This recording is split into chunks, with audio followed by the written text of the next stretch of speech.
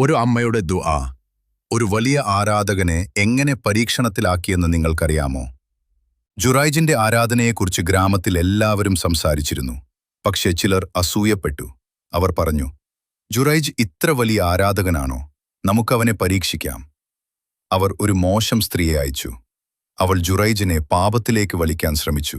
പക്ഷേ ജുറൈജ് അവളെ നോക്കിയതുപോലുമില്ല. അവൻ അല്ലാഹുവിന്റെ ആരാധനയിൽ ഉറച്ചുനിന്നു. അവൾ പരാജയപ്പെട്ടു. പിന്നീട് ആ സ്ത്രീ ഒരു മേച്ചുകാരനോടൊപ്പം പാപം ചെയ്തു. അവൾ ഗർഭിണിയായി. കുഞ്ഞ് ജനിച്ചപ്പോൾ ജനങ്ങൾ ചോദിച്ചു, ഈ കുഞ്ഞിന്റെ അച്ഛനാര്? അവൾ പറഞ്ഞു, ജുറൈജ്.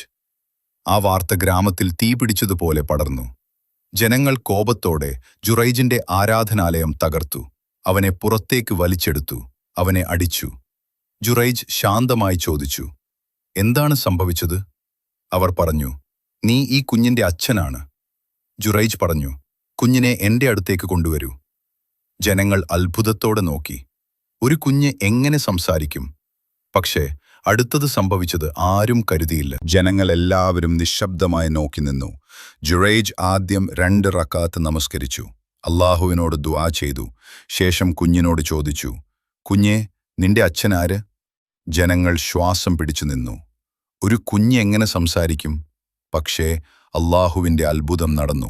ആ കുഞ്ഞു പറഞ്ഞു, എന്റെ അച്ഛൻ ഒരു മേച്ചുകാരനാണ്. എല്ലാവരും ഞെട്ടി. അവിടെ തന്നെ സത്യം വെളിച്ചത്ത് വന്നു.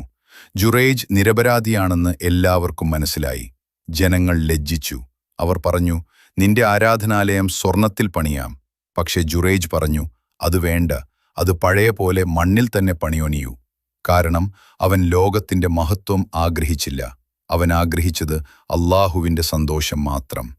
ഈ കഥ നമ്മെ പഠിപ്പിക്കുന്നത് ഉമ്മയുടെ ദുആ ശക്തമാണ്. മാതാപിതാക്കളുടെ അവകാശം വലിയതാണ്. അല്ലാഹു നിരപരാധികളെ ഒരിക്കലും ഉപേക്ഷിക്കില്ല.